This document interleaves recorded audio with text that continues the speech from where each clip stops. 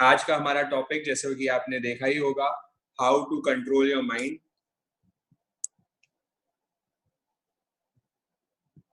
PPT start कर देते हैं एक बार। हाँ, तो आपने टॉपिक देख ही लिया होगा, आज का पोस्टर आपके पास आ गया होगा, do you want to control your mind.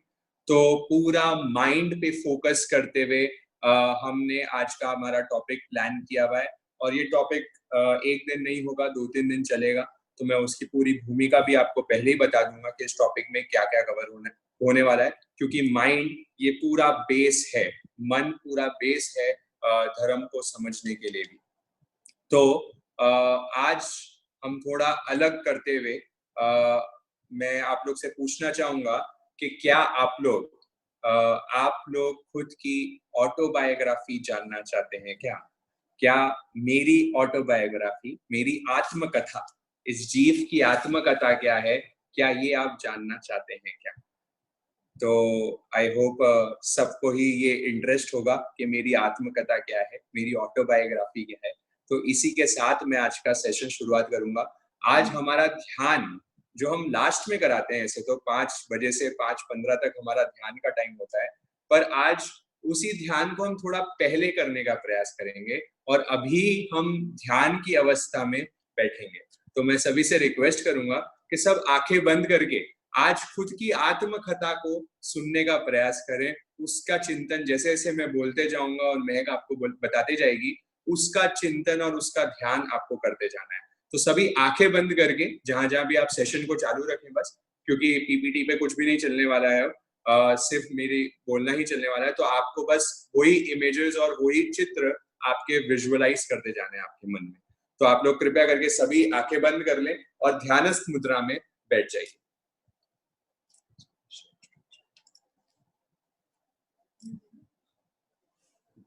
सभी ध्यानस्थ मुद्रा में सबको रिक्वेस्ट है कि वैसे ही बैठे, तो इसकी जो फीलिंग है, जो इसकी आपको आत्मकथा है, वो बहुत ही अच्छे से आपको समझ आएगी। नाड़ी के खटके में 10 सात जन्म पाया, आयु भी इतनी सी, एक सांस न ले पाया, काया थी साधारण और दुख था वहाँ भारी, आत्म का हितकारी, संयम है सुखकारी।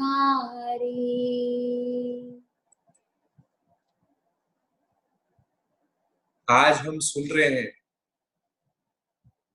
कि मेरे जीव ने कहां कहां ये जीव भ्रमण करके आया है, कहां से इसकी शुरुआत हुई, क्या है मेरी आत्मकथा। तो जो अभी भी नए नए जुड़े हैं, वो सभी आंखें बंद करके कृपया इसको पूरा ध्यान में ही अभी कुछ मिनट ऐसे ही सुनना है। तो आंखें बंद करके एकदम रिलैक्स शांत मुद्रा में, ध्यान मुद्रा में बैठ जाइए, क्योंकि आज बड़ा विशेष दिन है कि इस जीव को मालूम पड़ने वाला है कि उसकी आत्मकथा क्या है, वो कहां से उसकी जर्नी शुरू हुई थी। जैसा कि भजन की कड़ियों में आ रहा है, नाड़ी के खटके में 17 के बार गणना हो गई है। मतलब एक नाड़ी का जब खटका होता है, उतनी बार में 17 बार जन्म मरण ये जीव ने, जब वो निगोद में था,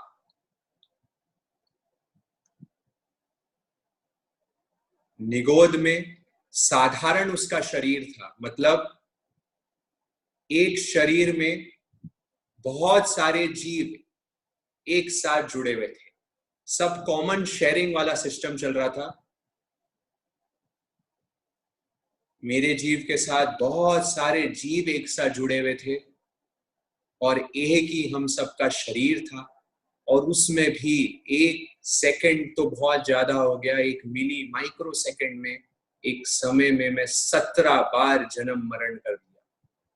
इतना तीव्र गति से मेरा जन्म मरण हुआ, इतना अनंत दुख उस पर्याय में मुझे था, उस जन्म मरण में था मुझे। थोड़ी पुण्यवानी बढ़ी, थोड़ा मेरा पुण्य का उदय हुआ और इस जीव को थोड़ा आगे कदम बढ़ाने का अवसर मिला।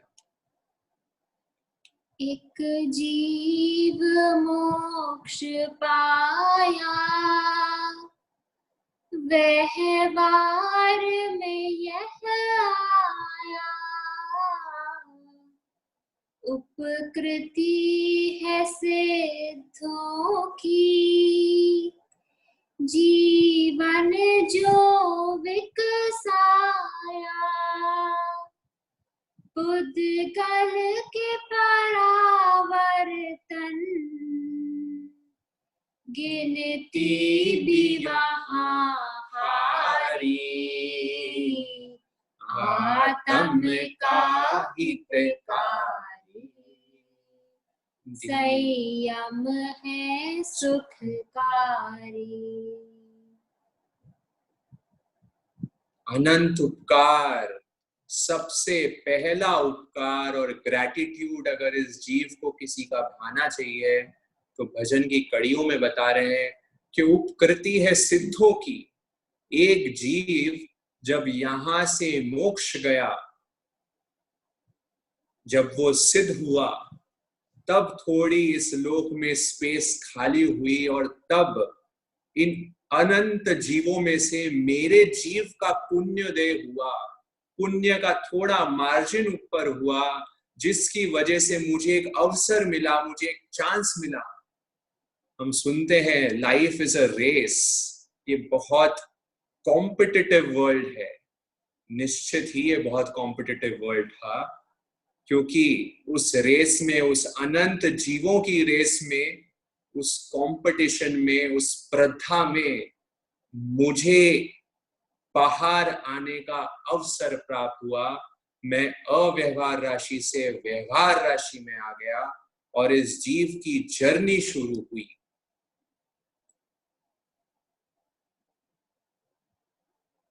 सभी आंखें बंद करके सिर्फ चिंतन करेंगे आज।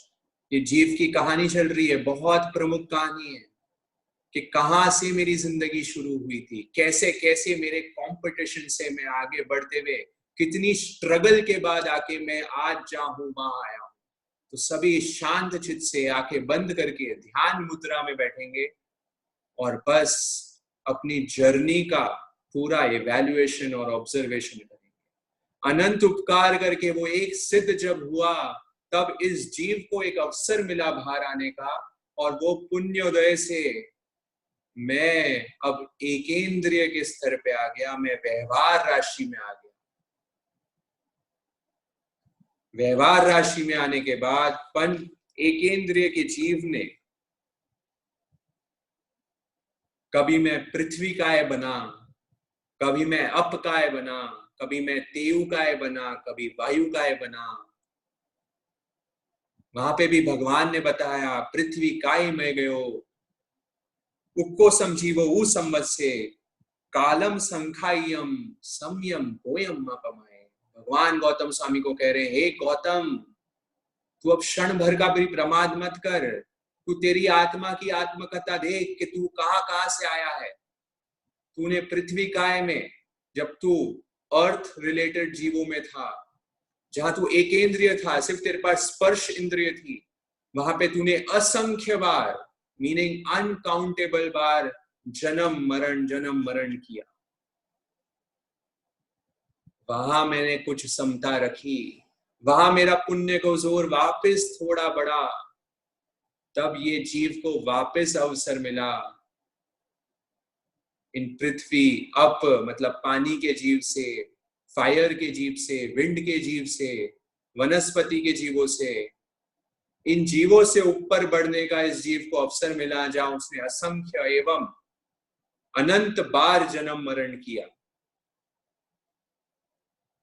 हाँ, निश्चित तौर से मैंने कुछ समता का पालन किया, कुछ शुद्ध भावों में रहा, और कुछ मेरी पुण्य का जोर प्रबल हुआ तब इस जीव को वापस इस तीव्र कंपटीशन में मेरे जीव को अवसर मिला कि मैं ऊपर बढ़ा, मैं आगे बढ़ा और मुझे अब बेंद्रिय में आने का अवसर मिल गया।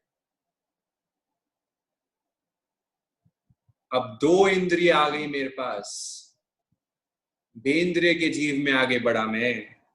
बेंद्रिय काय मई गयो उक्कसम जीवो सम्मत से कालम संखिज्य सणियम सम्यम गोयम अपमाए। भगवान वापस गौतम स्वामी से कह रहे हैं, हे गौतम, एकेंद्र से पार करके अब तुमने कंपटीशन में बेंद्रिय जीव तू बना। वो गौतम को नहीं कह रहे, वो मेरे जैसे और आप जैसे जीवों को चेता रहे हैं भगवान, और कह रहे हैं कि हे जीव, बेंद्रिय काय में भी जब 2 इंद्रिय तेरे को प्राप्त हुई, तब भी तूने संख्यात बार जन्म मरण किया। संख्यात भी बहुत बड़ा काल होता है, वहां पे भी बहुत जन्म मरण करते हुए वापस थोड़ा पुण्य का उदय हुआ। मैंने वहां भी कुछ समता रखी और इस जीव को वापस अवसर मिला, वो आगे बढ़ा, 3 दिया में आया, वो 3 इंद्रिय प्राप्त करी उसने। और फिर आगे चौरेंद्रिय,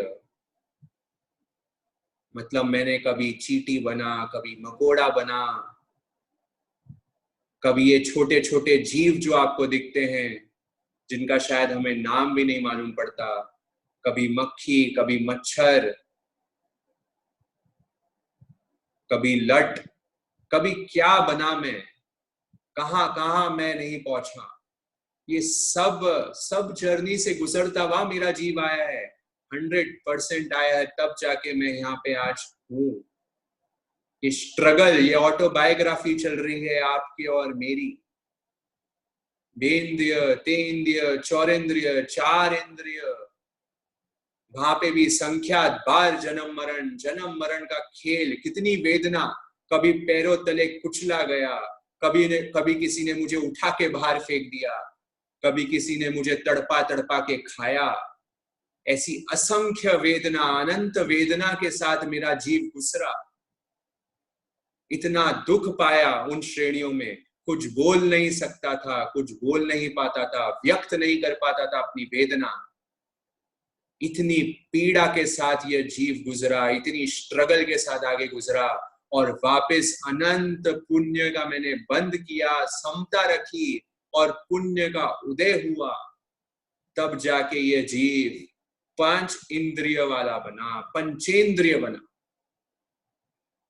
अपूर्णतः 5 इंद्रियां मिली, पर यस 5 इंद्रिय में भी मेरे जीव ने कितने एनिमल्स का भव किया होगा।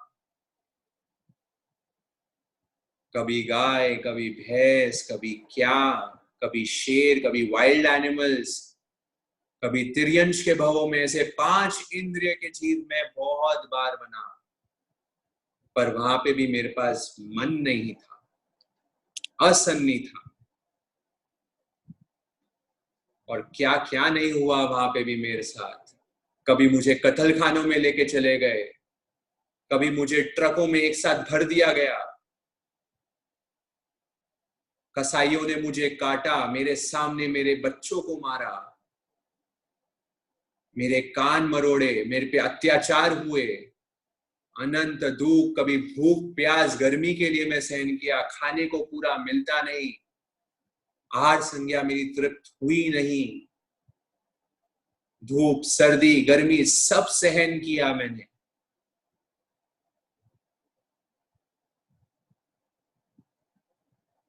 बड़ा विचित्र, आज मैं मेरा पास्ट देख रहा हूं, इतिहास देख रहा हूं और महसूस हो रहा है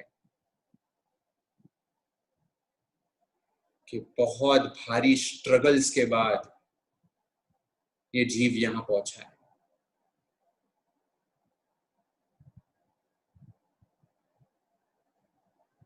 अब थोड़ा पुण्य आगे बढ़ा और इस जीव को अब अवसर मिल रहा है, अनंत पुण्य का वापस उदय हो रहा है। उन अनंत कॉम्पिटिशन्स में से मेरी रेस थोड़ी आगे बढ़ी, और वो रेस आगे बढ़ने के बाद, पुण्य का उदय होने के बाद, मैं सन्नी पंचेंद्रिय वाला बना। अब मेरे को 5 इंद्रियों के साथ मन भी प्राप्त हुआ, जिसे हम इंग्लिश में माइंड भी कह देते हैं। ये माइंड जो आज हमारा सेशन भी है, इसकी भूमिका मैं आपको बता रहा हूं कि जीव को कितने स्ट्रगल्स के बाद मिला है, कितनी दिक्कतों के बाद, कितने दुखों के बाद इस जीव को ये मन प्राप्त हुआ।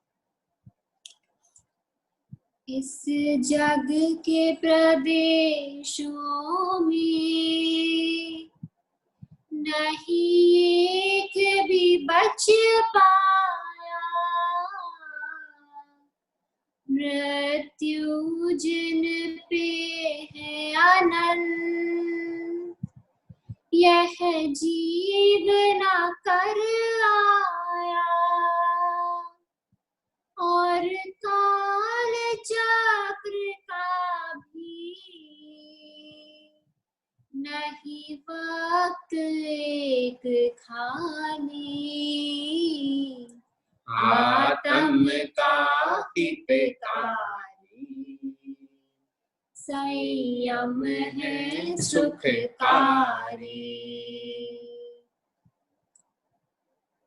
हो जीव, आज अवसर मिला है,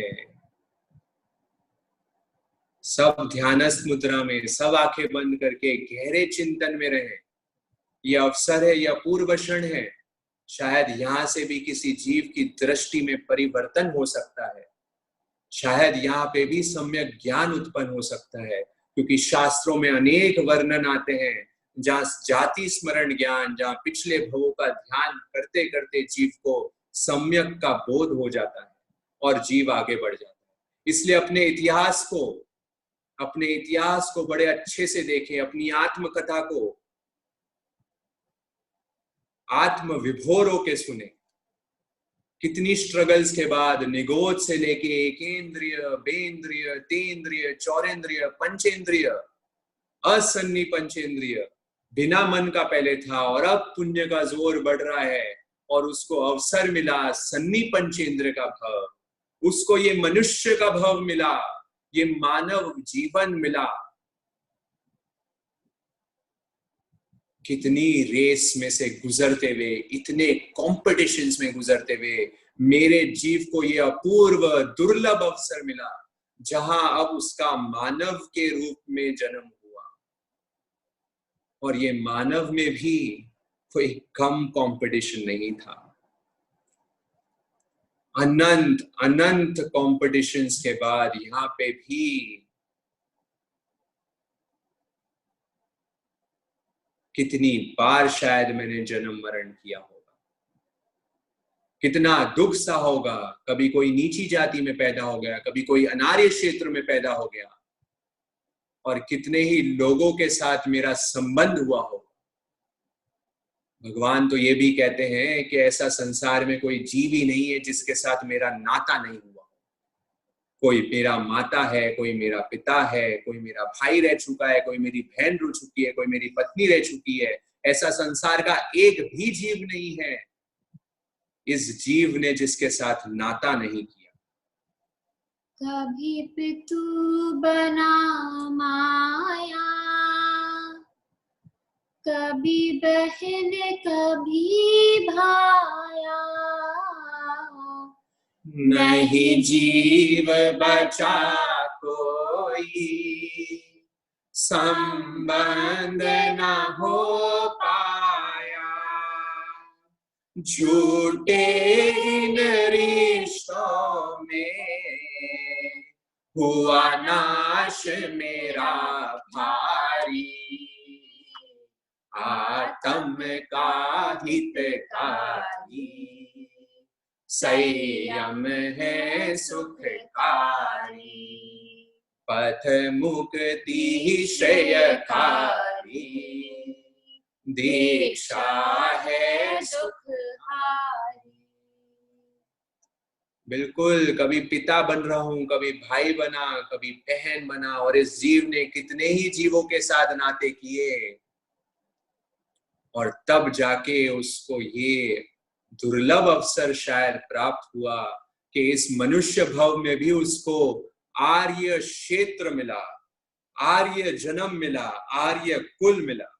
लद्धु नवी माणुस तणम आर्य तणम पुराना भई दुल्हा भवे दसुया मिलकुया संयम गोयम आपमाए। भगवान वापस गौतम को चेता रहे हैं, हे गौतम, मनुष्य जन्म मिलने के बाद भी आर्य कुल मिलना परम दुर्लभ है।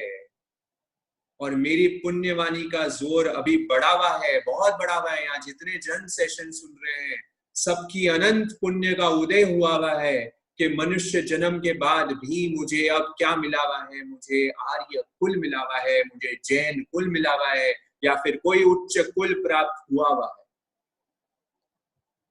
लद्धुणवी आर्य तणम अहिण पंचिन दिया हो दुल्हा विगलिन दिया हो देसे ही संयम गोयम मापमाए। भगवान आगे बढ़ रहे हैं, भगवान गौतम को आगे और चेता रहे हैं, हे गौतम, इतनी ही तेरी पुण्यवाणी कम नहीं थी, तेरी बहुत अनंत पुण्यवाणी और थी कि इस आर्य कुल में जन्म लेने के बाद तुझे पांचों ही इंद्रियां प्रॉपर मिली। नहीं तो ऐसे बहुत सारे संसार में अपंग विकलांग लोग मौजूद है जिनको पूरी 5 इंद्रियां उनकी सही नहीं है। पर मेरी पुण्यवाणी, मेरी आत्मा की पुण्यवाणी, मेरे जीव की पुण्यवाणी और प्रबल हुई, उसको पूरी 5 इंद्रियां मिली। अहिण पंचंदिया तंपी से लहे उत्तमम धम्म सुई हुदुल्हा कुतित ही नी से वह जने संयम गोयम मापमाए। भगवान वापिस कह रहे, हे गौतम, हे आत्मन, हे जीव, तेरी पुण्योदय का उदय देख। 5 इंद्रिय मिलने के बाद भी तेरे को अब उत्तम धर्म श्रवण करने का मौका मिल रहा है। भगवान की जिन वाणी सुनने का परम दुर्लभ अवसर तेरे को प्राप्त हुआ है। धन्य है पुण्यवाणी को, धन्य है तेरे पुण्य के उदय को। और उत्तमम धर्म श्रवण करने के बाद भी तेरी अनंत पुण्य का उदय होता है जब तू धर्म का आचरण करने लगता है, जिसे सधना पुनरवई दुल्हा भगवान ने कहा। ये पुण्यवाणी एक एक क्षण हमने बढ़ाई, हमने कहीं ना कहीं समता रखते हुए मेरे जीव का पुण्य बढ़ा। और वहां पे अब मुझे धर्म का कुछ आचरण करने का, एक्चुअल में कोई धर्म प्रवृत्ति करने का मुझे मौका प्राप्त हो रहा है। मेरी श्रद्धा विकसित होने के बाद भी बहुत लोग ऐसे हैं जो सिर्फ श्रद्धा मान के बैठ जाते हैं पर आचरण नहीं करते। पर अब मेरे जीव ने आचरण करना भी शुरू कर दिया। ये मेरे जीव की आत्मकथा है। जहां अभी आप वर्तमान में हैं, जिस कुल में उत्पन्न हुए हुए हैं, ये सभी दुर्लभ गोल लेके आप यहाँ मौजूद हैं। आपको ये 100% जो सबसे लाभदायक ये मन है, जो मुक्ति पथ पे आपको लेके जाने वाला है, ये मन के साथ आपको आर्य कुल भी मिला, उत्तमम धर्म श्रवण भी मिला, 5 इंद्रियां भी मिली, और साथ में अब धर्म का आचरण करने वाली शक्ति भी मिली। ये इस जीव की आत्मकथा रही है, इसकी ऑटोबायोग्राफी रही है। बड़ा सरल नहीं है ये मनुष्य जन्म को पाना।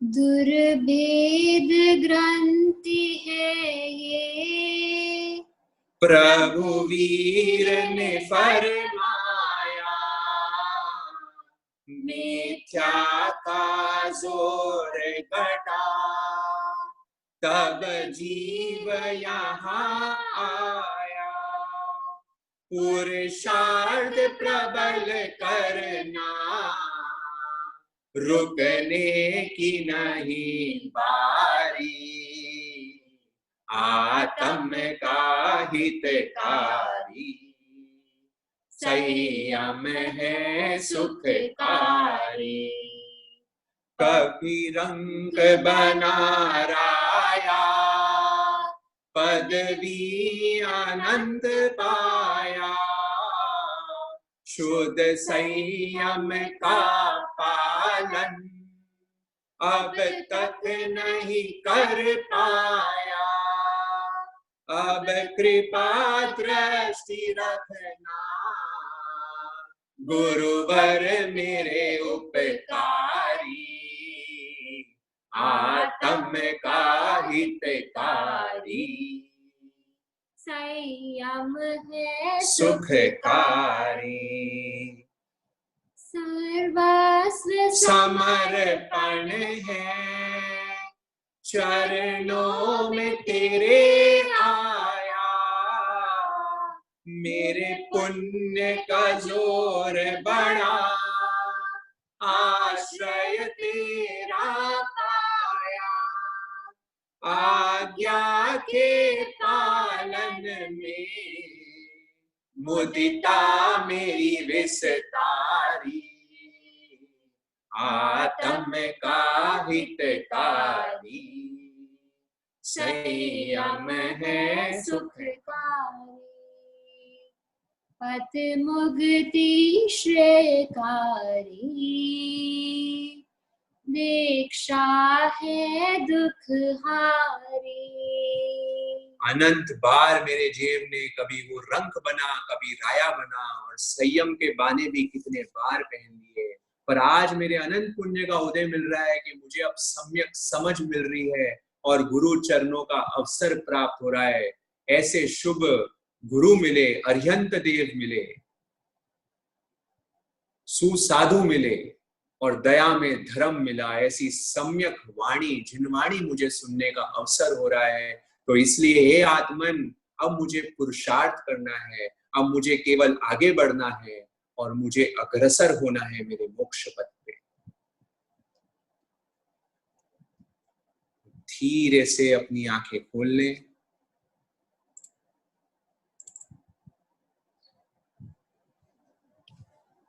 आज ध्यान का क्रम हमने पहले ही कर लिया, क्योंकि आज जो हमारा टॉपिक है, जो माइंड का टॉपिक था, हाँ थोड़ा एक क्षण आप लोग थोड़ा वापस चेतना में आ जाइए, क्योंकि आज ध्यान थोड़ा गहरा था, बहुत जनों को सम्यक बोध प्राप्त कराने वाला था, क्योंकि इतिहास हमें बहुत चीज सिखा देता है, और जिस देश का वर्तमान उसके इतिहास से नहीं सीखता, वह देश का भविष्य फूट फूट कर रोता है। तो इसलिए इतिहास से सीखना बहुत जरूरी है, और मुझे मेरे ही इतिहास से सीखना है, मेरी आत्मकथा से सुनना है। ये मेरे जीव का पूरा जो आत्मकथा और इतिहास मैंने सुना है, उसके मुझे देख के लग रहा है कि कितनी पीड़ाओं से, कितनी वेदना से जीव ने गुजरते हुए इस मनुष्य जीवन को दुर्लभ बोल मैंने प्राप्त किया, और फिर जाके मुझे मन मिला। अब ये मन की बात जब चल रही है तो हमें लग रहा है कि क्या ये मन एक ब्लेसिंग है या ये कर्स है।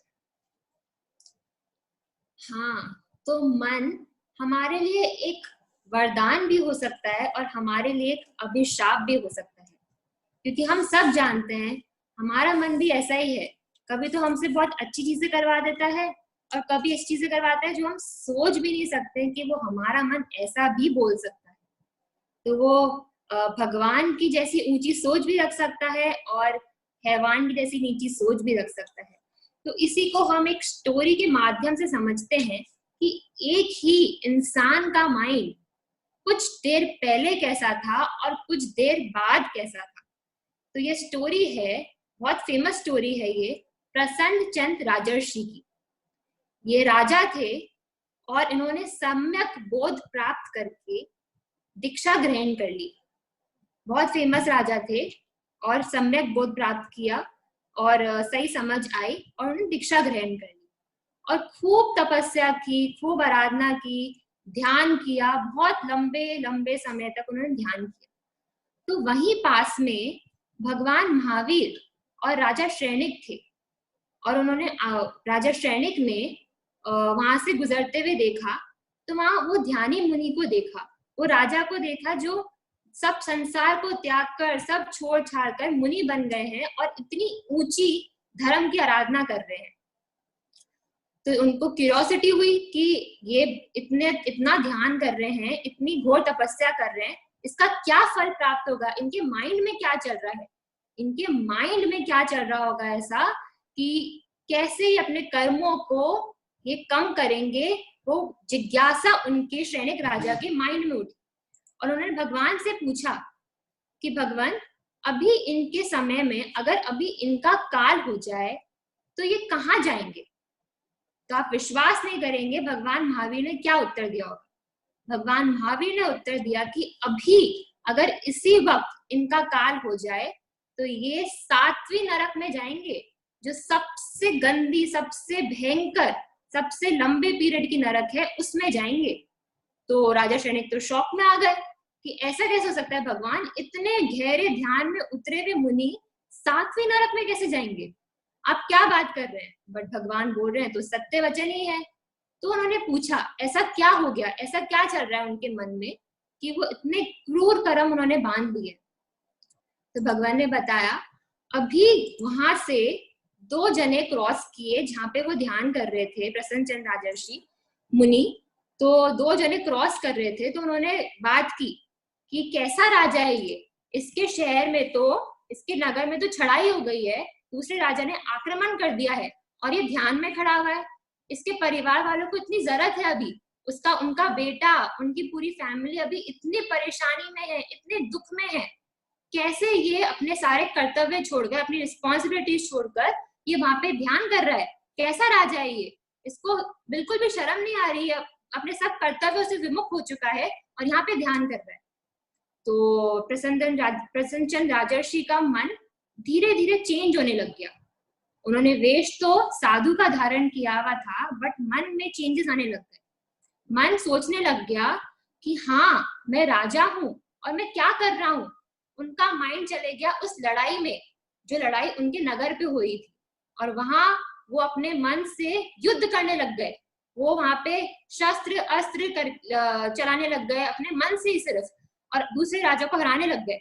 सब लड़ाई का काम उन्होंने अपने मन में ही कर लिया और ऐसा लग रहा था कि वो जीत रहे हैं। ऐसी फीलिंग आ रही थी मन में कि वो राजा सामने वाले को हरा रहे हैं और जीत रहे हैं। फिर जैसे ही एकदम से उन्होंने, उनका हाथ गया अपने मुकुट की तरफ, उनका हाथ उन्होंने अपने मुकुट की तरफ ले जाना चाहा, तब रियलाइज हुआ ये क्या, मेरा मुकुट कहाँ है? मेरा मुकुट तो है ही नहीं। फिर हाथ गया कि मेरा सर तो मुंडित है, मेरे सर, मैंने तो दीक्षा ग्रहण की हुई है, मैंने तो मुनि बना हुआ हूँ, मैं ये सब क्या सोच रहा हूँ? तो जब उनके भाव इतने क्रूर हो गए थे, इतने लड़ाई वाले, इतने लोगों की हिंसा वाले भाव प्रवृत्ति हो गई थी, तब उन्होंने सिर्फ मन से ही 7वीं नरक का बंद कर लिया।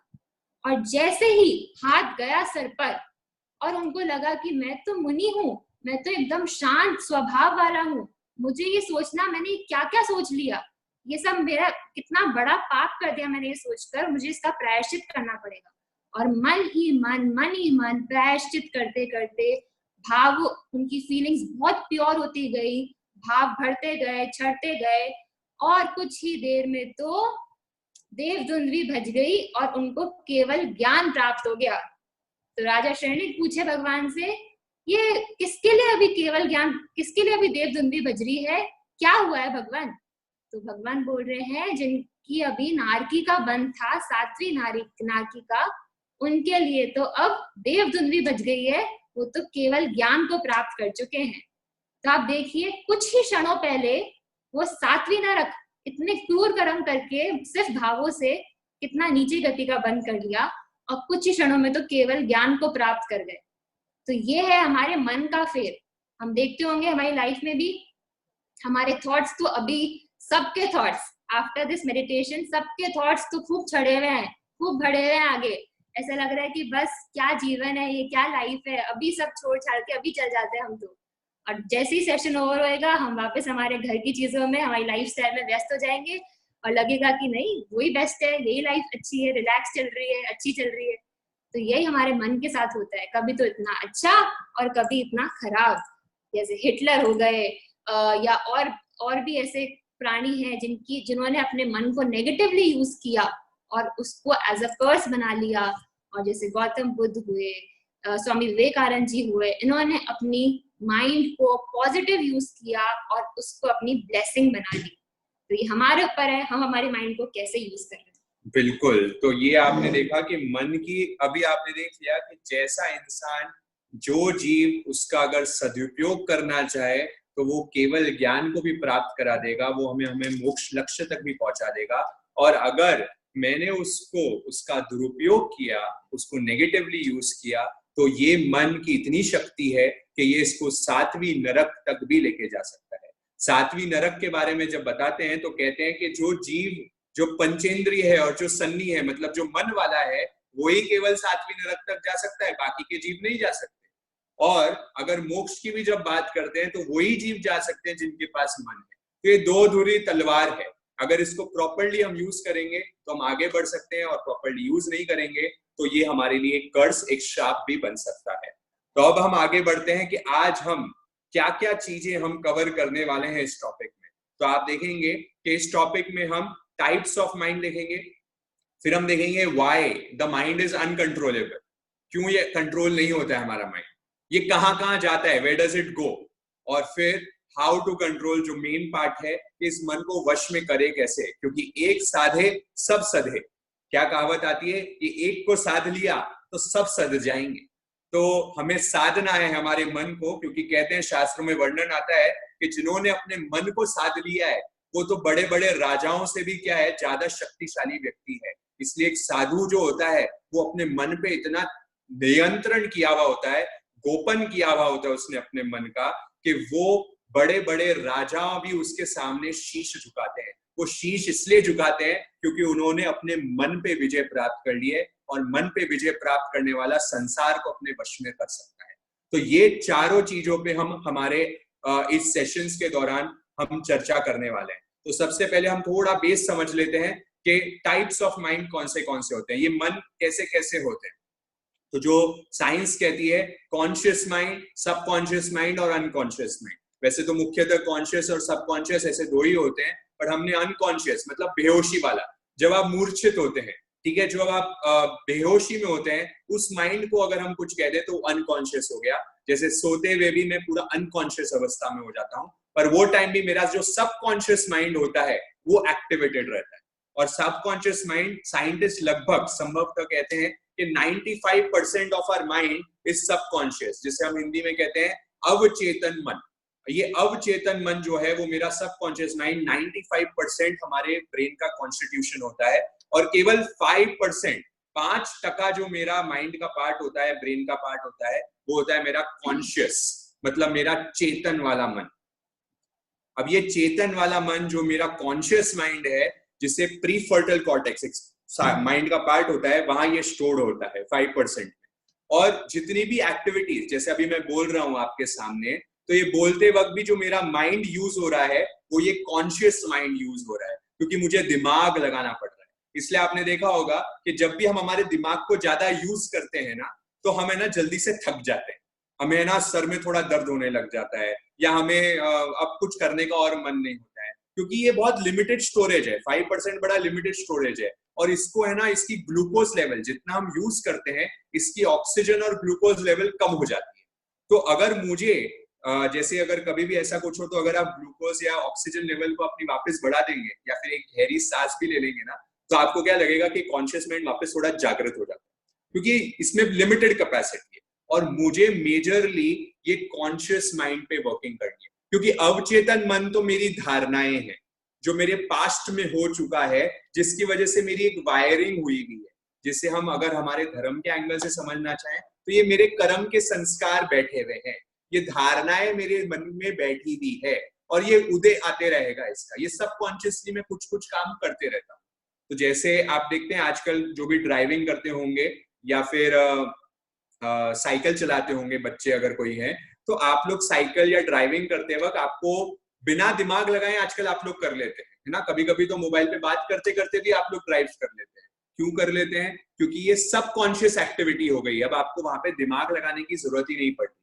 पर याद करें वो पहला दिवस जब आपने ड्राइविंग की होगी, या आप याद करें वो पहला दिवस जब आपने साइकिल चलानी सीखी होगी, जब आप 2-3 बार गिरे भी होंगे, ऐसा आपको दिन बिल्कुल याद होगा। वो टाइम आप आपका कॉन्शियस माइंड यूज कर रहे थे, वहां आप जागृति रख रहे थे।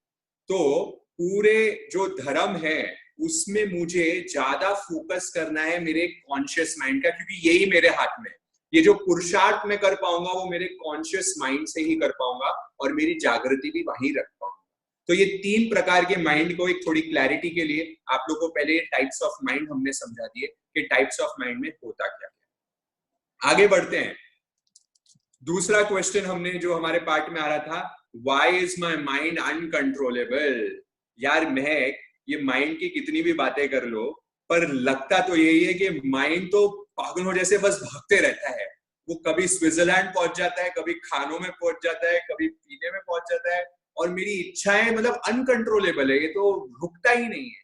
तो इसका क्या किया जाए? राइट, हमारे माइंड का नेचर ही है बिल्कुल चंचल स्वभाव। हम सब जानते हैं हमारा माइंड क्या है, एक चंचल, एक बेकाबू घोड़े के समान है कि वो बस भागता ही रहता है, कभी यहाँ कभी वहां, उसको टिकना ही नहीं है। उसको टिका के बैठा दिया तो उसके लिए बहुत मुश्किल टास्क है, क्योंकि साइंस भी बता रही है कि एक दिन में एक पर्सन एवरेज में 70,000 थॉट्स सोचता है। 70,000 यानी कि एवरेज में एक घंटे में हम 2000 से लेकर 3000 थॉट्स एक घंटे के अंदर सोच लेते हैं। क्या हमको रियलाइज भी होता है? हमारा माइंड इतना एक्टिव है, इतना एक्टिव है कि वो बस चलता ही रहता है। और इसका कैसे करेंगे माइंड को कंट्रोल? इसको कंट्रोल नहीं करना है, इसको बस समझना है। नहीं जीतना है इस मन को सिर्फ समझना है। नहीं जीतना है इस मन को सिर्फ समझना है। ये सेवक से नहीं है ज्यादा, ये सेवक से नहीं है ज्यादा, मन से नहीं उलझना है, मन से नहीं उलझना है। नहीं जीतना है इस मन को सिर्फ समझना है। मतलब तुम्हारी बातों से तो मुझे महक ये समझ आ रहा है कि अभी तक मेजॉरिटी ऑफ द पीपल जिस धारणा से जीते हैं कि मन को काबू करना है, मतलब ये ऐसी कोई चीज है जिसको हम पकड़ के रोक सकते हैं, तो ये तो असंभव है, ये तो होने नहीं वाला। ये मन को हम रोक नहीं सकते, इसके विचारों को हम नहीं रोक सकते, क्योंकि ये मन का स्वभाव है। ये मन का धर्म, मैं कह दूं कि मन का धर्म ही है चंचलता। वो चंचलता करने वाला है, वो विचारों को लाने वाला है। अगर मुझे कुछ करना है तो ये करना है कि मुझे मन को समझना पड़ेगा, मुझे उसको क्या करना पड़ेगा, अच्छे से उसकी समझ, उसका पैटर्न समझ जाऊंगा कि इसकी वर्किंग क्या है, ये कैसे मशीनरी है इसकी। अगर मैं ये करके उसको सेवक बना दूंगा तब जाके मैं मन का सदुपयोग कर पाऊंगा। So the saying also goes this way, that mind is a beautiful servant but a terrible master. अगर हम माइंड को हमारी सारी हुकूमत दे देंगे तो हम खुद परेशान होकर रह जाएंगे, और हम अगर उसको सर्वेंट की जैसे ट्रीट करेंगे, उसको खाना पूर्ति के लिए सब चीजें देंगे बट उसको ज्यादा लग्जरी नहीं देंगे, तो हमारे लिए बहुत अच्छा होगा और हम जो चाहेंगे वो कर पाएंगे। सो हियर एंड मनन करे सो मनुज। जो मनन करता है वही तो मनुज है, वही तो इंसान है, वही तो मनुष्य है। तो उसका काम ही सोचना है, क्योंकि मनुष्य ही ऐसा प्राणी है जो चिंतन मनन कर सकता है, जो सोच सकता है, समझ सकता है, क्योंकि we are the most evolved and developed beings. We are, बिल्कुल। तो ये हमारा जो आ रहा है कि हम लोग इवॉल्व्ड बीइंग्स हैं, और ये मनन करने की जो शक्ति है यही मेरा प्लस पॉइंट है। इसलिए हमें मनुष्य कहा जाता है, इसलिए हमें बीइंग कहा जाता है। ये बीइंग पे हम आगे भी चर्चा करने वाले हैं कि ह्यूमन बीइंग्स ही हमें क्यों कहा गया है।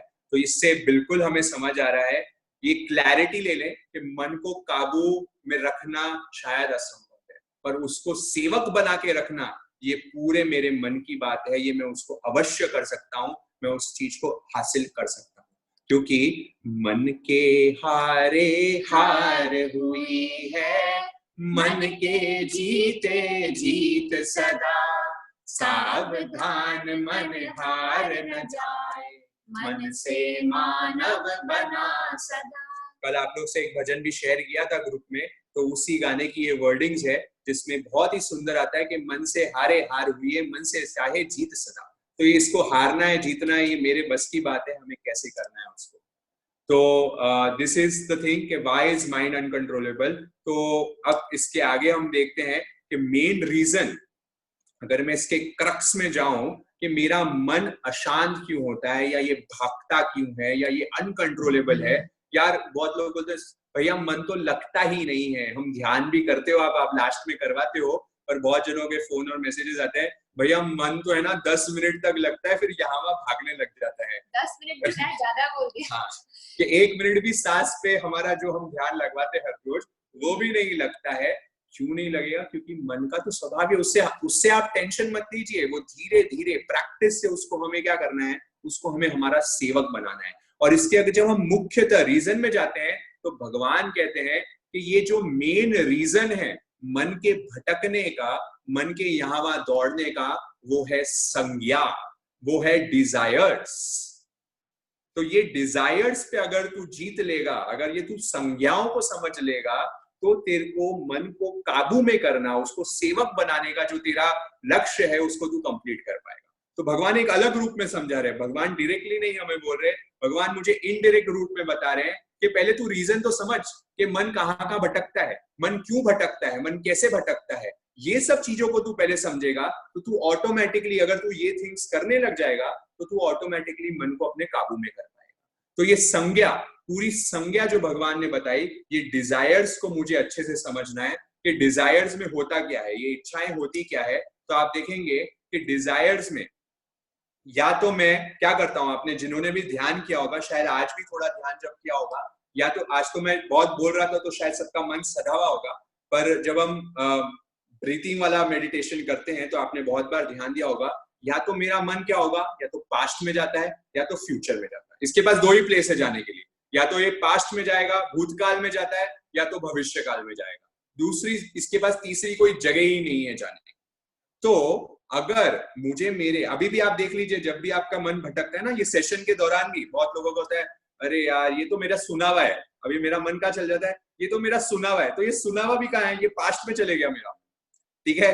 और आगे क्या होने वाला, अच्छा ये तो मेरे को पता है आगे है ना ऐसा हुआ, जैसे मैं एक स्टोरी बता रही थी, बहुत लोगों को मालूम होगा वो स्टोरी, पूरे अच्छा आगे तो ये होने वाला है, तो आगे मैं कहाँ चले गया, फ्यूचर में चले गया। मतलब या तो मैं भूत में भटकता हूँ या तो मैं भविष्य में भटकता हूँ, मैं वर्तमान में नहीं जी पाता हूं।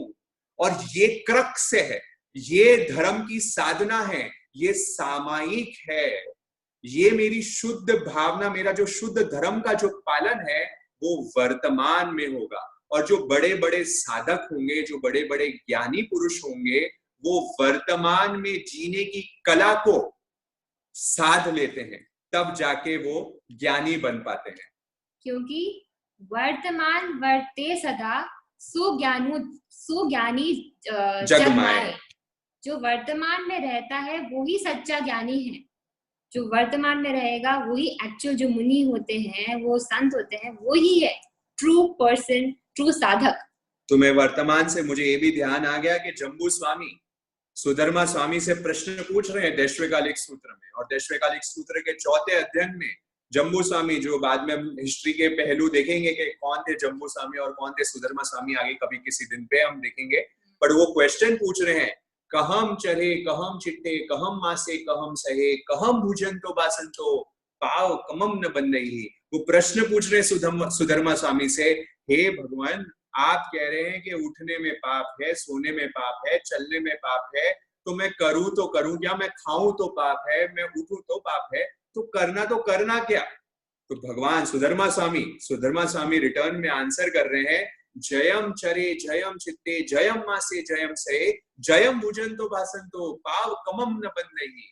वो कह रहे हैं, देख भाई तुझे उठना भी पड़ेगा, तेरे को सोना भी पड़ेगा, तेरे को बैठना भी पड़ेगा, तेरे को चलना भी पड़ेगा, तेरे को सब काम करना पड़ेगा, पर तुझे जयम करते हुए चलना है, मतलब यत्ना करते हुए चलना है। और यत्ना का मतलब ये आता है अवेयरनेस करते हुए चलना है, पूर्ण जागृति से अगर तू करेगा, प्रेजेंट मोमेंट में आके करेगा, वर्तमान क्षण में अगर तू करेगा, तो तेरे पाव कमम न बंद ही, मतलब तेरे पाप कर्मों का बंद नहीं होगा।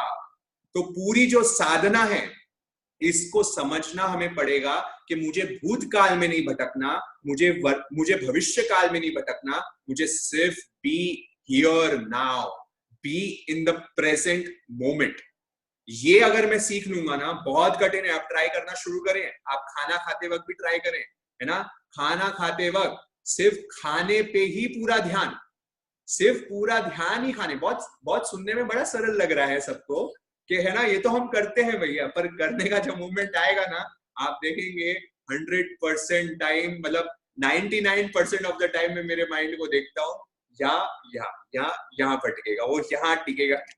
तो इसी को साधने के लिए जो मुनि होते हैं वो अपने जीवन को संन्यास लेके आगे बढ़ाते हैं, वो वर्तमान काल में जीने की जो कला है उसको सीखने का प्रयास करते हैं। यहाँ तक कि वो तो एक बार जो अन्न लिया है आज का, वो तो कल के लिए भी नहीं सोचेंगे, कि या शाम के लिए भी नहीं सोचेंगे कि सुबह का मिल गया हो गया, शाम का मिल गया हो गया।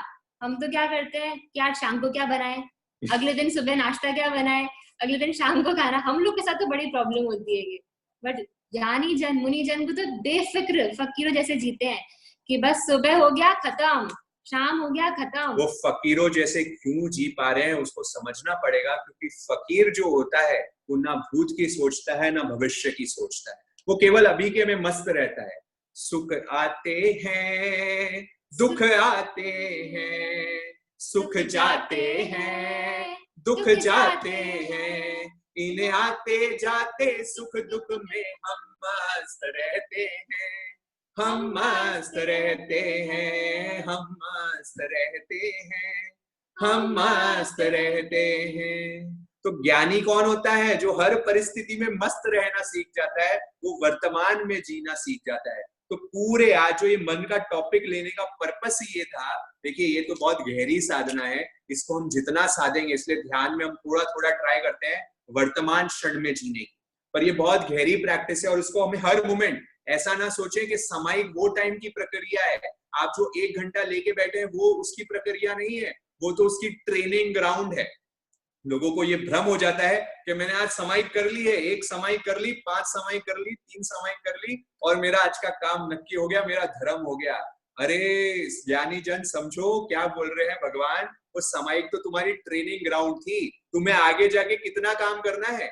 1 घंटा समाइक में रहते हो, 23 घंटा खुला रहते हो, तो 23 घंटे में अगर तुम्हें वो समाइक की साधना तुमने सीख ली, तुमने उसमें जागृति रखना सीख लिया, प्रेजेंट मोमेंट में आना सीख लिया, तो बस काम हो गया। इसलिए जो भी काम कर रहे हैं, चल रहे हैं, आज ट्राई करना, जब आप सीट से उठेंगे, आज ये सेशन कंप्लीट, अभी मत उठना, अभी तो पूरा सेशन बाकी है, सेशन के बाद जब उठेंगे, तब आप जब चलेंगे तो चलते वक्त जो कदम नीचे रखेंगे ना, उस कदम पे भी पूर्ण जागृति रखें। वो कदम पे क्या हुआ, वो क्षण को महसूस करें कि मेरे बॉडी में क्या हलचल हुई, और वो टाइम समता रखें। ये बड़ी गहरी कला है। चलेंगे, फिर खाना खाएंगे, पानी आप देखो पानी कैसे पीते हैं, अभी ठंडी, अभी गर्मी है ना, तो लोग गड़ गड़ गड़ गड़ गड़ पानी पीते हैं, धड़ धड़ धड़। अब ये धड़ धड़ धड़ में मालूम ही नहीं पड़ता है कि पानी कैसे मेरे उसके आउट ऑफ कंट्रोल है वो टाइम, मेरा माइंड कंट्रोल में नहीं है। आप देखेंगे सिप बाय सिप अगर मैं पानी पीऊंगा तो मेरे मन में जागृति रहेगी। इसलिए धीरे धीरे रे मना, धीरे धीरे कर, ज्यादा कुछ नहीं, तेजी से कुछ नहीं कर, जो भी काम करे प्यार से धीरे धीरे करेगा तो प्रेजेंट मोमेंट वर्तमान में जीना सीख जाएगा। तो ये हमारी क्रक्स है। अब भगवान ने तो बता दिया, देख भाई मेरे को मालूम है तुम लोग है ना, हाँ भगवान बता रहे हैं कि देख मेरे को मालूम है कि तू रह नहीं पाएगा, तू ज्यादा टाइम, तो क्या है ये प्रेजेंट मोमेंट वाली चीज है, उसमें तू ज्यादा टाइम रह नहीं पाएगा, तो इसलिए तू समझ ले कि किन किन चीजों से इसको अवॉइड कर सकते हैं। तू ये डिजायर्स को समझ ले, ये इच्छाओं को समझ ले, क्योंकि श्रद्धेय प्रमोद मिल जी महाराज साहब यहाँ तक फरमाते हैं कि जो भोग की प्रवृत्ति है वो इतना कर्म बंधन नहीं करवाती जितनी भोग की स्मृति करवाती। क्योंकि जब मैं भोग, समझो मैं खाना खा रहा हूँ, जैसे मैंने आज रसगुल्ला खाया, ठीक है, अमुक जगह का आपको शायद रसगुल्ला बहुत जगह पसंद होगा, तो आपने याद, मैंने आज वो रसगुल्ला खाया, आज मेरे यहाँ पे आया हुआ था, रसगुल्ला खाया, मैंने उसको खा लिया, ठीक है। अब मेरे को इतना वो रसगुल्ला पसंद आया कि मैं ना महीने भर, 2 महीने, 3 महीने बाद भी, अरे वो दिन जो मैंने रसगुल्ला खाया था, मैं वो दिन जो तुमने डिश बनाई थी ना, क्या मस्त डिश थी, क्या मजा आ गया उस चीज में। तो मतलब मैं 5 महीने बाद, साल भर बाद भी, शायद 2 साल बाद भी, मैं जब भी वो डिश कभी मेरे सामने आमने सामने होती है, मैं वो दिन वाली जो थी ना, बहुत मस्त थी। मतलब भोग की स्मृति, वो जो याद मेरे को रही, खाने का प्रोडक्ट जो मेरे को याद रहा, वो मेरा ज्यादा कर्म बंधन करवा देता है। वो टाइम तो मैंने ठीक है बस खा लिया, वो छोटा बहुत कर्म बंधन हो गया, पर उसकी स्मृति, उसकी याद, मतलब पास्ट या फिर फ्यूचर, वो मेरा ज्यादा कर्म बंधन कराने वाला है। और अभी तो आई थिंक हम सब स्मृति के भोग में ही है, क्योंकि हाँ। हम रियलिटी में तो वो चीज को जाके खा भी नहीं सकते और ले भी नहीं सकते, ना मूवी देख सकते हैं, ना रेस्टोरेंट जा सकते हैं, ना रसगुल्ले मंगा सकते हैं, ना वहां जाके खा सकते हैं। तो हम तो सिर्फ अभी स्मृति से ही भोगे जा रहे हैं। तो हमको अभी इस टाइम पे अवेयर होना पड़ेगा कि हमको नहीं मिल सकता।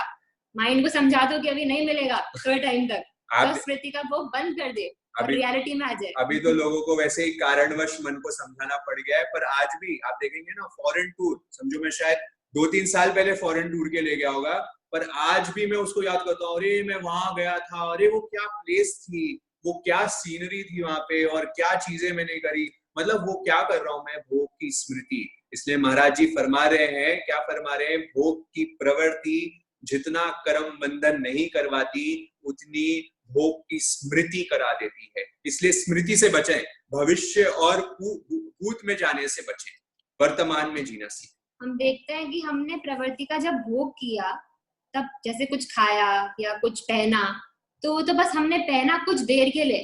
कितनी ड्यूरेशन के लिए होता है वो? मैक्सिमम आधा घंटा, मैक्सिमम 1 घंटा, ठीक है, उसमें हम उस एक्टिविटी में इन्वॉल्व होते हैं। बट हम जब स्मृति का भोग करते हैं तो अपन को पता ही नहीं चलता हम कितने मिनट्स, कितने घंटे, कितने दिन उसमें स्पेंड कर देते हैं। We don't even get to know. कितना कैलकुलेशन करेंगे, तब टाइम का जो कैलकुलेशन आएगा तब मालूम पड़ जाएगा कि उसका ड्यूरेशन तो सिर्फ इतना सा था और इसका ड्यूरेशन तो इतना सारा है। तो इसीलिए इसका जो पाप है वो इतने एम्पलीफाई होके, इतने मैग्नीट्यूड के साथ हमको भुगतना पड़ेगा। एंड आप देखेंगे इंग्लिश में हमें कहा जाता है वी आर ह्यूमन बीइंग्स। ऐसा आपने वर्ड सुना होगा, ये थोड़ी बहुत इंग्लिश तो सभी जन जानते हैं। वो कहते हैं, हमें क्या कहते हैं, ह्यूमन बीइंग्स। आपको मालूम है ये जो बीइंग वर्ड है, एनिमल बीइंग तो नहीं का, इंसेक्ट बीइंग तो नहीं का, बर्ड्स बीइंग तो नहीं का, क्यों ह्यूमन को ही बीइंग्स का? क्योंकि वो बीइंग इन द मोमेंट हो सकता है, उसमें वो जागृति है, वो क्षण है कि वो वर्तमान में जीना आता है। बाकी तिर्यंश में रह के या एनिमल किंगडम में रह के वो लोग they are not human, they are not beings because they can not do मनन, दे डोंट हैव मन।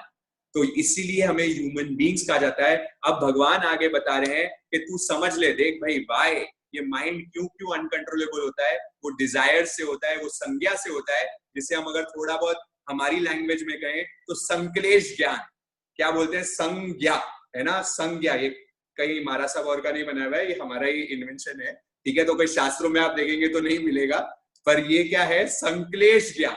मतलब ये संक्लेश पैदा करता है, हमारे दिमाग में अलग अलग विचार पैदा करता है, पर मुझे यही संज्ञा को, यही मुझे संक्लेश ज्ञान को मुझे सम्यक ज्ञान बना देना है, मुझे अच्छा वाला समाधि वाला ज्ञान बना देना है, तब जाके मैं मन को साध पाऊंगा। तो भगवान कह रहे हैं कितने 10 प्रकार की इच्छाएं होती है, 10 प्रकार की संज्ञाएं होती है। ये पनवणा सूत्र के 8वें पद में हमें मिलता है। ये संज्ञा का थोकड़ा एक पूरा आता है जो पनवणा सूत्र के 8वें पद में आता है, और भगवान वहां पे बताते हैं कि देख भैया, ये तेरा जो मन है ना, जो यहाँ वहां भागता है ना, अनकंट्रोलेबल है ना, ये 10 कारणों से होता है, क्योंकि 10 कारणों से उसमें इच्छाएं पैदा होती है। अब ये 10 कौन सी इच्छाएं हैं, इसको समझ लें आप पहले। आज हम ऊपर से समझेंगे, फिर इसकी डिटेलिंग में भी जाएंगे कौन सी। अभी देखो भूमिका बन रही है, अभी पहले हम नींव खोद रहे हैं, पहले नींव को समझेंगे, फिर भूमिका बनेगी, फिर उसके बाद हम करेंगे कि इसको एक्चुअल में कंट्रोल कैसे कर पाएंगे। पर इसके पहले प्रॉब्लम तो समझें, ये प्रॉब्लम इरप्ट कहां से हो रही है, ये रीजन क्या है इरप्ट होने का, ये क्यों यहाँ भागता है। पहले अगर हम इसको कंट्रोल कर लेंगे तो आगे हमारा जो कंट्रोलिंग वाला पार्ट है वो बड़ा सरल हो जाएगा। तो इसको समझ ले पहले कि संज्ञा में कौन सी आ रही है। एक तो आहार संज्ञा, सबसे पहले मतलब फूड रिलेटेड, मेरे को खाने के लिए यहाँ वहां इच्छा आती है। जैसे अभी रसगुल्ला बोला, तो सबके मन में इच्छा तो जगी होगी एक बार कि हमारे सामने रसगुल्ला आ जाए। हाँ, तो यही है आहार संज्ञा। जो जयपुर वाले हैं उनको तो सोडानी का रसगुल्ला बहुत टाइम से मिला नहीं है, तो वो लोग अभी भी लाभान्वित नहीं हुए हैं उस चीज से। अब शायद चालू हो गया ऐसा बता रहे हैं 2-3 दिन से। बट हाँ, रसगुल्ला बोलते ही क्या हो जाता है, एक थोड़ा मन में हमारे क्या आ गया कि हाँ, आहार संज्ञा मेरी, मतलब आहार की जो इच्छा है, फूड रिलेटेड इच्छा है, जागृत होने हो जाती है। इसके बाद आप देख रहे हैं भय संज्ञा, मतलब डर की, मेरे को डर से रिलेटेड कुछ मेरी इच्छाएं होने लग जाती है, मतलब डर आ जाता है मेरे मन में। थर्ड क्या होती है, मैथुन रिलेटेड, मतलब भोग रिलेटेड। ओके। विलासी जो व्यक्ति होते हैं, विलासियों के अंदर क्या आ जाती है, मैथुन संज्ञा बहुत ज्यादा पाई जाती है। नेक्स्ट हमारी आती है परिग्रह, मीनिंग पैसे की, प्रोडक्ट्स की, मटेरियल थिंग्स की, ये सब जो चीजों की, जैसे ड्रेस हो गई, पैसे हो गए, मोबाइल फोन हो गए, है ना, ऐसी जितनी मटेरियलिस्टिक थिंग्स है, इसकी मुझे क्या होती है, बार बार इच्छा है। आप देखेंगे मन जो मेरा है ये इन्हीं चीजों में भागता है। आप उसको इवेल्युएट करेंगे, भगवान ने तो अपने ज्ञान में 2500 वर्ष पहले हमें ढूंढ के बता दिया। अब उनको आप रिलेट करना चाहेंगे तो रिलेट कर लेना, ये मेरा मन इन 10 जगहों से जाकर और कई जगह जाने नहीं वाला, इसमें सब चीज आ जाएगी आपकी। वो जाएगा कहाँ, या तो पैसे में जाएगा, या तो प्रोडक्ट में जाएगा, फूड में जाएगा, या तो डर में जाता है, मैथुन में जाता है, या फिर भगवान कह रहे हैं क्रोध में आता है, तो क्रोध संज्ञा तेरी जाग जाती है, क्रोध करने की इच्छा जाग जाती है। इससे पहले एक क्वेश्चन है कि जो चारों संज्ञाएं आई है, आहार संज्ञा, भय संज्ञा, मैथुन संज्ञा, परिग्रह संज्ञा, ये कहाँ आती है, कौन से पार्ट है एक सामायिक का जिसमें ये चारों संज्ञाओं का नाम आता है? वो आपको चैट बॉक्स में लिखना है, ये अवेयरनेस है, बोलना नहीं किसी को भी, बस चैट बॉक्स में आप आंसर कर सकते हैं इसको।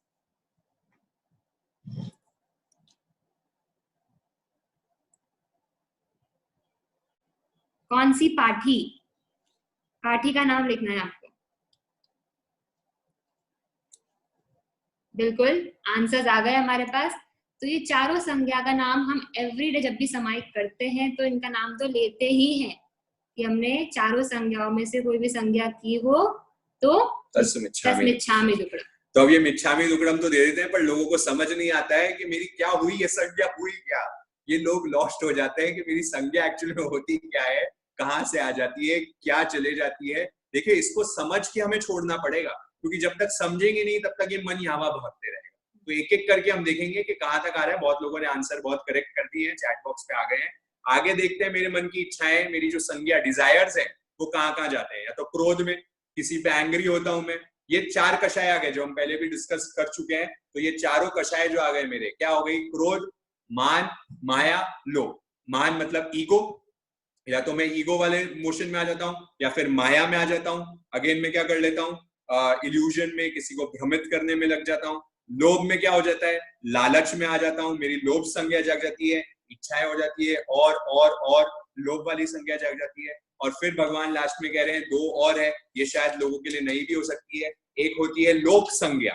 अब ये लोक संज्ञा में क्या होता है, जो प्रचलन में चल रहा है, जो लोक रूढ़ी का अनुसरण करने की अभिलाषा होना, अथवा रुचिकर पदार्थों के विशेष रूप से जानने की जो अभिलाषा होना। मतलब क्या, लोक संज्ञा में क्या हो जाती है, ये जो रोजमर्रे की जो लोग कर रहे हैं ना सर, लोक व्यवहार में जो काम चल रहा है वो लोक संज्ञा में आ जाता है। मतलब आपने देखा होगा कि बहुत सारे जन है ना, कोई रेस्टोरेंट में जाते हैं, समझो एक कोई कैफे का ट्रेंड हो गया, तो लोग सब जगह वहां जा रहे हैं, तो मेरे मन में भी इच्छा आ जाती है, हाँ सब जा रहे हैं ना तो मैं भी चले जाता हूँ। मतलब क्या हो रहा है, भेड़ चाल, जिसे हम कहते हैं भेड़ चाल, कि भाई लोग पूरे लोक व्यवहार में सब काम हो रहा है तो मैं भी करूँ। अच्छा, ये अमुक मंदिर बहुत अच्छा है, सब लोग वहां जा रहे हैं, हाँ हाँ मैं भी चलता हूँ, मैं भी दर्शन करके आऊंगा। तो मैंने क्या कर दी, वो लोक संज्ञा। मतलब एक मूवी चल रही है, अब शायद वो मूवी अच्छी नहीं हो, पर सब लोग देख रहे हैं ना, पूरे भारत में हर जन देख रहा है, तो बस मेरी भी इच्छा हो रही है कि हाँ ये काम मेरे को कर लेना चाहिए।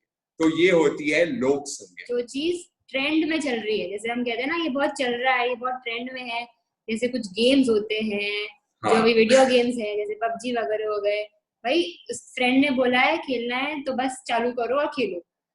या इंस्टाग्राम हो गए, जितने भी सोशल मीडिया के ऑनलाइन वो है प्लेटफॉर्म्स हैं, ये सब लोक व्यवहार संज्ञा है। सब एक दूसरे को देख के, हाँ ये इस डेस्टिनेशन पे गए, ये हॉलिडे पे गए, हमको भी वहां जाना है, ये इस रेस्टोरेंट में गए, हमको भी वहां जाना है। तो हमको जो और लोगों को देख के जो इच्छा होती है, दैट इज लोक संज्ञा। और लोक में क्या चल रहा है, अपडेट्स तो होने ही चाहिए कि दुनिया में चल क्या रहा है, कहाँ क्या चल रहा है, किसकी कहाँ बॉलीवुड में शादी हो रही है, किसकी क्या गॉसिप है, हम सबको इंटरेस्ट होता है। तो वो चीज है लोक संज्ञा। वो हाँ, लोग बोल रहे हैं यहाँ पे चैट बॉक्स पे आ रहे हैं जूम ऐप भी क्या बोल रहे हैं, लोक संज्ञा है। हाँ, तो ये देखिए कोई होती है हमारी कि आजकल आप रोज सब जन यूज कर रहे हैं, जिसको बोल रहे हैं अच्छा तू भी जूम पे देख रहे क्या, अच्छा तू भी यूट्यूब पे ज्ञान सेशन सुन रहे क्या, तो क्या हो गया, ये भी लोक संज्ञा में आ गया। तो इसमें क्या हो जाता है, एक माहौल बन जाता है, हाँ लोग व्यवहार में हो रहा है तो मैं भी करना शुरू कर दूं, भेड़ चाल है। तो इसमें भी शुभ और अशुभ आगे हम देखेंगे कैसी कैसी कैटेगरीज हो सकती है, कैसे कैसे जागृत होती है, वो अलग बात है। बट हाँ लोग संज्ञा समझ लें, जैसे पबजी का गेम में एक बता रही है, पबजी हो सकता है, कोई सोशल मीडिया, ये टिकटॉक, आजकल बड़े देखेंगे बड़े बड़े जन भी टिकटॉक वीडियो बनाने लग गए हैं, है ना। वो क्या हो रहा है, देखा देखी में सब जन कर रहे हैं, क्यों, तो सब जन कर रहे हैं तो मेरे को भी कर लेना चाहिए। तो ये ट्रेंडिंग चीज हो जाती है लोग संज्ञा। जैसे वो आई थी ट्रेंड में डालगोना कॉफी, हाँ तो वो लोगों ने कॉफी बना बना के, जिन्होंने आज तक लाइफ में कॉफी नहीं बनाई होगी, बट उन पिक्चर्स को देख के तो डेफिनेटली फर्स्ट टाइम कॉफी बनाई ली है। तो चाहे टेस्ट में अच्छी हो नहीं हो, बट हाँ लोग कर रहे हैं तो हमको करनी है। यंगस्टर्स के लिए आता है कि वो लोग अल्कोहल, है ना, सिगरेट, ये पब में जाना, पार्टीज करना, ये बहुत नॉर्मल है। क्यों? क्योंकि हमारे सब युवा दोस्त जो है, मेरे जितने फ्रेंड्स हैं, नॉर्मल है। अरे वो तो सभी कर रहे हैं, मैं कैसे नहीं करूं, मैं आउट ऑफ डेटेड महसूस हो जाऊंगा, मैं फैशन से विरुद्ध हो जाऊंगा। तो ये लोक संज्ञा एक इच्छा जागृत मेरे में करवा। तो ये एक लोक हो गई। और नेक्स्ट मेरी जो बता रहे हैं 10वीं जो चीज यहाँ पे भगवान कह रहे हैं, वो होती है ओक संज्ञा। अब ये ओक संज्ञा क्या है? ये होती है कि बिना विचारे, बिना सोचे समझे जो मेरे से एक्टिविटीज हो जाती है, उसे कहते हैं ओक संज्ञा। अब आपने देखा होगा कि मैं ना बोलते हुए मैं बैठा भी होता हूँ ना, ऐसे मैं बैठ के बहुत कम बार सेशंस लेता हूँ। मैं कहीं भी जहाँ सेशंस मेरे लेता हूँ वो खड़े होके ही लेता हूँ, और मैं जानती है खड़े हुए बिना मेरे से सेशन लिया नहीं जाता है, क्योंकि मेरी बॉडी क्या है, बहुत मूवमेंट होती है। मैं जब बोलता हूँ तो मेरी बहुत ज्यादा मूवमेंट्स होती है। तो आप देखेंगे जब मैं बोल भी रहा हूँ ना, तो अभी मैं मेरे हाथों को कंट्रोल नहीं कर पाता हूँ, ये हाथ जो है मेरे ऑटोमेटिक चलते हैं। अब ये ऑटोमेटिक जो चीज चलती है वो होती है ओक संज्ञा। ये क्या हो रही है? बिना विचारे, विदाउट इवन थिंकिंग जो मेरी एक्टिविटीज हो जाती है वो होती है ओक संज्ञा। आप देखते हैं बहुत सारे लोग होते हैं बैठे बैठे पैर हिलाते हैं, बैठे बैठे उनके हाथों की मूवमेंट होती रहती है, या बैठे बैठे ऐसा कुछ करते रहते हैं, कड़के निकालते रहते हैं हाथों के, या पेन है तो पेन को क्या करते रहते हैं, टिकटॉक टिकटॉक ऐसे ऐसे खेलते रहते हैं। अब वो बिना सोचे विचारे हो रहा है, वो लोग कुछ करना नहीं चाह रहे, पर क्या हो रहा है, बेहोशी में, जो हमारा अनकॉन्शियस माइंड की हमने बात चलाई थी, इसलिए हमने पहले आपको टाइप्स ऑफ माइंड समझा दी है। ये बेहोशी में हो रहे हैं, मुझे मालूम ही नहीं हो भी रहे हैं कि नहीं हो रहे। तो ये ओक संज्ञा होती है। इसकी भी स्वतः एक इच्छा आ जाती है कि ओक संज्ञा चालू हो जाती है। ठीक है, तो ऐसे भगवान ने हमें क्या बताया है, टोटल हमारी 10 इच्छाएं बताई है। ये 10 इच्छाओं में हमारे डिजायर्स क्रिएट होते हैं, और जिसकी वजह से मेरा मन यहाँ वहां चलता है। अब ये एक एक संज्ञा को हम डिटेल में देखेंगे।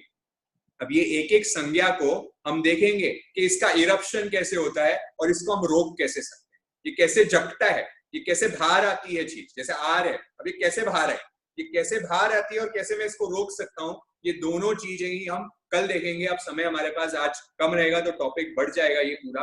तो अब हम इसको कल देखने का प्रयास करेंगे कि इसको कैसे हम पूरा डिटेल में एक एक चीजों को समझेंगे। इरप्शन कॉज क्या है, इसको कंट्रोल कैसे कर सकते हैं, फिर हम देखेंगे हाउ टू कंट्रोल इट। अब इसको कंट्रोलिंग के लिए क्या क्या मेथड्स हम यूज कर सकते हैं, क्योंकि ये the biggest problem on this earth है। In majority of my counselling sessions I find people कि लोग आके, ये उनके पास मेजर प्रॉब्लम होती है कि भैया हमारी ओवर थिंकिंग बहुत होती है, हमारा मन है ना टिकता ही नहीं है, पता नहीं मैं क्या सोचती रहती हूँ, उल फुलूल सोचता हूँ मैं। अब ये उल फुलूल जो थिंकिंग है क्यों होती है? क्योंकि मेरा मन मेरा वश में नहीं। तो मन को वश में नहीं करने से रोग भी ज्यादा आते हैं, बीमारी भी ज्यादा आती है। साथ ही साथ क्या होता है, स्ट्रेस लेवल बढ़ती है। जिनको रातों को नींद नहीं आती वो भी इसी कारण से होती है। तो भगवान के अगर ये सूत्र को अगर आप समझ लोगे, ये संज्ञा के थोकड़े को अगर अच्छे से, बहुत बार लोगों ने समझे भी होंगे, मुझे मालूम है यहाँ पे बहुत ज्ञानी जन भी बैठे हुए हैं जिनने बहुत बार ठोकड़ा सीखा भी होगा, बट हम इसका एक अलग दृष्टिकोण आपको यहाँ पे देने वाले हैं। अलग हिसाब से इसको पूरा थोकड़े को ले रहे हैं, इसको माइंड से रिलेट करते हुए हम पूरा काम करने वाले हैं। और साथ ही साथ आहार, जो सबसे पहली संज्ञा आ रही है, वो 1-2 दिन में अभी हम आहार पे पूरा एक टॉपिक लेके आएंगे, जहां फूड एंड स्पिरिचुअलिटी, अध्यात्म और खाना, ये कितना मेल जोल वाला है। कि जैसा आपने सुना भाई है अन्न वैसा मन, तो ये अन्न पे पूरी एक रिसर्च हम मारने वाले हैं। पूरा 1 घंटे का दिन ही हम उसमें करेंगे व्यर्थ, कि उसमें क्या आहार से मैं कैसे मेरी साधना में इंप्रूवमेंट कर सकता हूँ। आगे अब सेशंस में हम ये एक एक संज्ञा को लेते हुए और फिर कंट्रोलिंग माइंड पे आएंगे। तो आज का सेशन हम यहीं रोकेंगे। Subscribe now and press the bell icon. Never miss an update.